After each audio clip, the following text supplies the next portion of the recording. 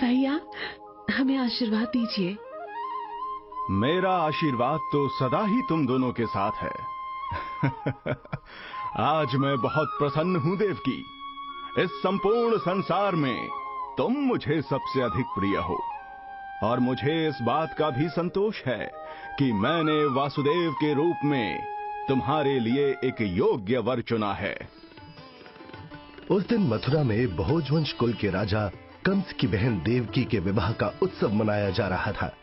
देवकी के पति वासुदेव यादव कुल से थे और कंस के बहुत अच्छे मित्र भी। कंस की बात सुनकर देवकी भावुक हो उठी। ओ भैया, जिस बहन का आप जैसा भाई हो, उसे कभी कोई विपदा नहीं आ सकती। सत्य कहा बहन, सत्य कहा। चल, आज ये तेरा भाई स्वयं ही तेरे रथ का सारथी बनकर तुझे तेरे ससुराल छोड़कर आएगा। देवकी की विदाई का रथ उल्लास और उमंग के संगीत पर दौड़ता हुआ आगे बढ़ रहा था। तभी अचानक उस रथ के आगे एक ऋषि आकर खड़े हो गए और रथ रुक गया। प्रणाम ऋषिवर, प्रणाम। आपका अचानक से यूं आकर मेरे रथ के आगे खड़े हो जाना एक शुभ संकेत है। आज ही मेरी बहन देवकी का विवाह हुआ है। इन्हें सुखी वैवाहिक जीवन का आशीर्वाद दीजिए।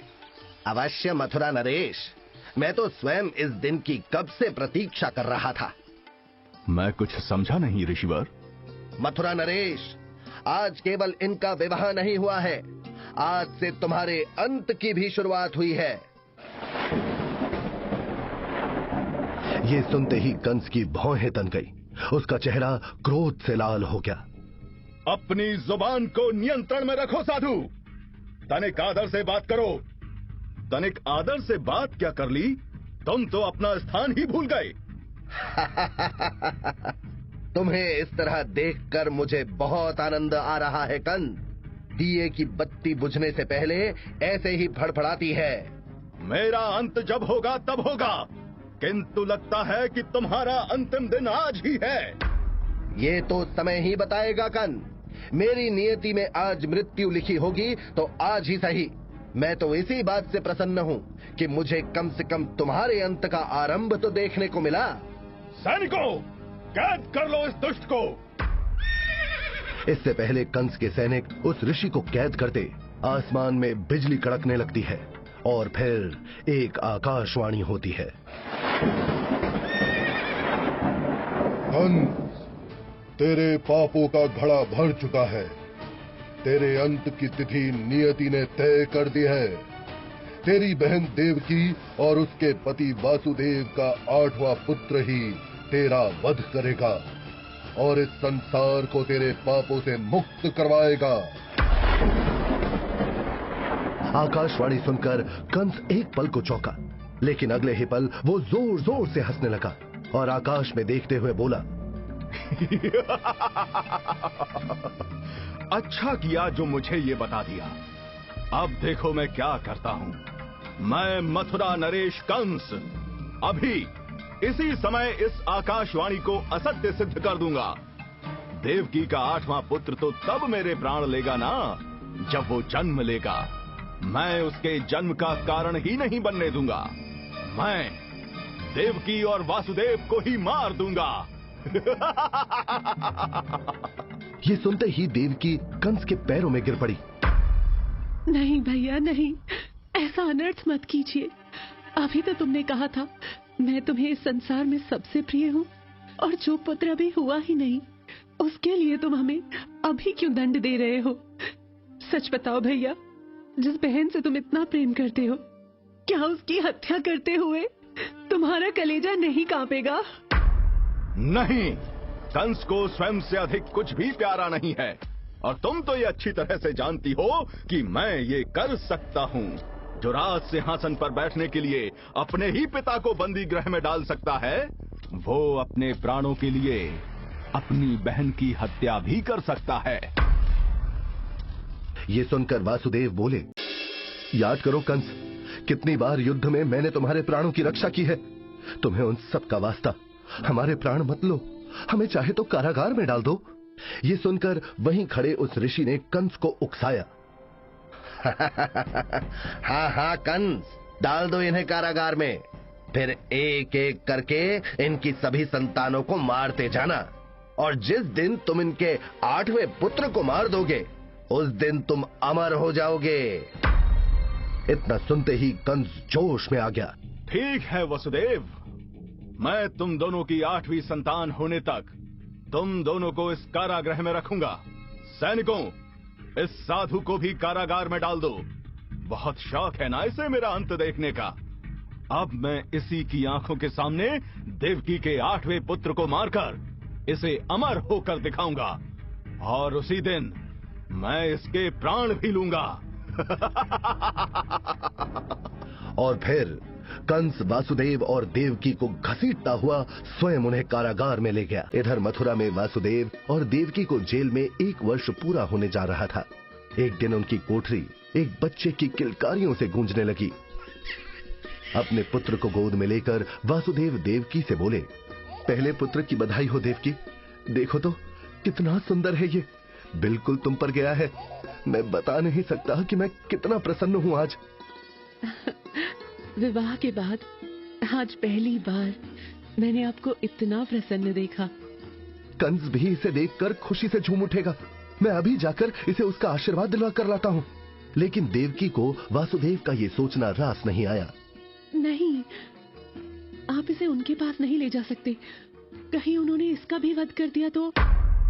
और फिर अचानक कंस को नींद में विष्णु की धुंधली सी छवि दिखाई दी। वो घबराकर उठ बैठा। नहीं नहीं, ये नहीं हो सकता।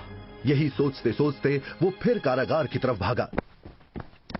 उधर भगवान विष्णु के स्वप्न में दर्शन करने के बाद जब देवकी और वासुदेव जागे तो उन्हें कुछ याद नहीं रहा, किंतु देवकी के गर्भ से निकलती नीली आभा देखकर वासुदेव अवश्य ही समझ गए कि देवकी ने अष्टम गर्भ धारण कर लिया है। अष्टम गर्भ की बधाई हो देवकी, जिस तारणहार की प्रतीक्षा ये पूरा संसार देख रहा है वो शीघ्र ही तुम्हारे गर्भ में आ चुका है। हाँ आर्य, मैं उसकी उपस्थिति महसूस कर सकती हूँ। उधर कंस जैसे ही कारागार के बाहर पहुंचा, उसे अंदर जाने के मार्ग पर फूल ही फूल बिछे दिखाई दिए। वो चिल्लाया, सैनिकों, किसने बिछाए ये फूल यहाँ पर? महाराज, हम आपको बताने आने ही वाले थे। हमने बस एक क्षण पलक झपकी होगी और इतनी देर में यहाँ फूल बिछ गए, और ये अंदर राजकुमारी देवकी की कोठरी तक जा रहे हैं। इतना सुनते ही कंस एक क्षण भी वहां नहीं रुका और अंदर भागा। अंदर जाते ही उसकी दृष्टि देवकी के गर्भ से निकलते नीले प्रकाश पर पड़ी। वो बौखला गया। नहीं नहीं, ये नहीं हो सकता। सैनिकों, यहाँ पर और कड़ा पहरा कर दो। देवकी और वासुदेव को 7 तालों के अंदर रखो, कोई भी बाहर वाला अंदर ना आने पाए। एक दाई को भी यहीं पर बैठा दो। हर पहर मुझे यहाँ के समाचार चाहिए, और जिसने भी मेरी आज्ञा की अवहेलना की मैं उसके टुकड़े टुकड़े करवा दूंगा। इसी तरह लगभग 1 वर्ष बीत गया। एक रात भाद्रपद की कृष्ण पक्ष की अष्टमी को मध्य रात्रि के समय अचानक से आकाश में बिजलियां कड़कने लगी। उस समय देवकी और वासुदेव चैन से सो रहे थे कि तभी देवकी की गर्भ से उसका 8वां पुत्र प्रकट होकर उसकी बगल में खेलने लगा। उसके पीछे देवी योग माया भी प्रकट हुई। उठो वसुदेव। देवी की आवाज सुनते ही वासुदेव नींद से जाग गए और हाथ जोड़कर बोले, प्रणाम देवी, कहिए क्या आज्ञा है? समय आ गया है वसुदेव। वो देखो, देवकी के पास तुम्हारा पुत्र लेटा हुआ कैसे मुस्कुरा रहा है। ये सुनते ही वासुदेव ने चौंक कर देवकी की ओर देखा, लेकिन उन्हें देखने वाली जो 2 आंखें थी वो उनके अपने पुत्र की थी, जो टिमटिमाती आंखों से उनको देखकर मुस्कुरा रहा था। उसे देखते ही वासुदेव की आंखों से आंसू बहने लगे। ये भावुक होने का समय नहीं है वसुदेव। तुम्हें अपने इस पुत्र को यहाँ से कहीं दूर ले जाना होगा। दूर? किंतु कहाँ देवी, और कैसे?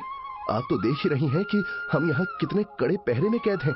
इसकी चिंता तुम मत करो, अब सब पहरे हट जाएंगे।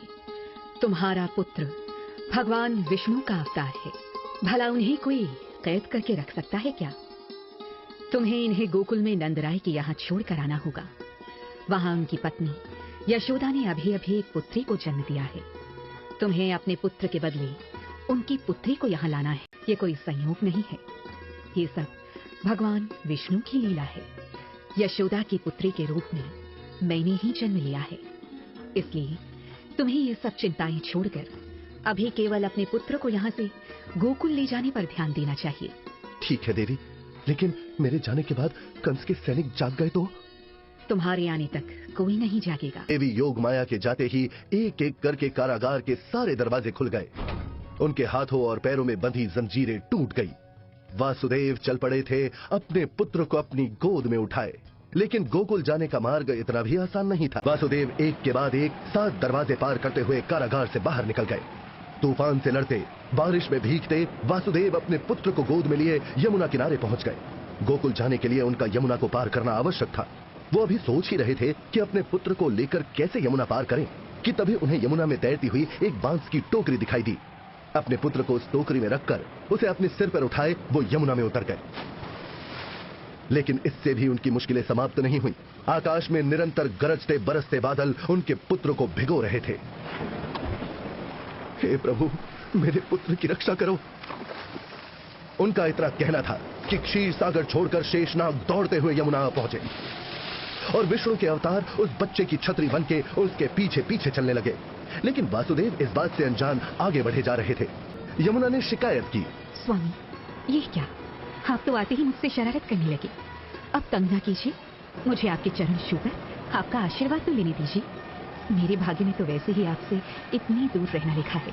अब जब आप इतने समीप हैं, तो क्या आप मुझे इस सुख से भी वंचित कर देंगे?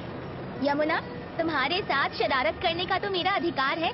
मुझे भी कहाँ प्रतिदिन ये अवसर मिलता है। क्या तुम मुझे इतना सा भी सुख नहीं लेने दोगी? ये सुनकर यमुना मुस्कुरा दी और तभी उस बच्चे के पैर टोकरी से बाहर आ गए। जैसे ही यमुना ने उसके पैर छुए, तभी एक चमत्कार हुआ। यमुना का पानी धीरे धीरे कम होने लगा और फिर वासुदेव उसे आसानी से पार करके गोकुल नंदराय के द्वार पर पहुंच गए। द्वार पर नंदराय पहले से ही खड़े थे। आओ वासुदेव, मैं तुम्हारी ही प्रतीक्षा कर रहा था। मुझे देवी योग माया ने सब बता दिया। तुम्हारा ये ऋण मैं कैसे चुकाऊंगा नंद? पहले तुमने मेरी पत्नी रोहिणी को शरण दी और अब अपने पुत्र की रक्षा का भार भी मैं तुम्हें सौंपने आ गया। हम कुछ भी करने वाले कौन होते हैं वासुदेव? ये तो सब उस प्रभु की लीला है। आओ, अंदर आओ। नंद वासुदेव को लेकर उस कक्ष में गए जहां यशोदा ने अभी अभी एक पुत्री को जन्म दिया था। वहीं उसके समीप रोहिणी अपने पुत्र को गोद में लिए मूर्छित अवस्था में बैठी थी। वासुदेव ने सबसे पहले अपनी गोद से अपने पुत्र को यशोदा के बगल में लिटाकर उसकी पुत्री को गोद में लिया और फिर एक दृष्टि रोहिणी और अपने 7वें पुत्र पर डालकर तुरंत वहां से निकल गए। जब वो वापस मथुरा कारागार लौटे तो उन्होंने सभी को उसी अवस्था में पाया जिसमें वो छोड़कर गए थे। और फिर एक बार फिर से वो 7 दरवाजों को एक एक करके पार करते हुए अंदर अपनी कोठरी में पहुंचे और उस बच्ची को ले जाकर देवकी के समीप लिटा दिया और खुद भी चुपचाप जाकर सो गए। लोहे की उन टूटी बेड़ियों ने एक बार फिर से उन्हें जकड़ लिया। लोहे के 7 दरवाजे फिर से बंद हो गए। इसके बाद देवी योग माया की माया शक्ति के कारण उन्हें कुछ भी याद नहीं रहने वाला था। वो रात अब अपने अंतिम प्रहर में पहुंच चुकी थी, जो गवाह थी एक दिव्य चमत्कार की।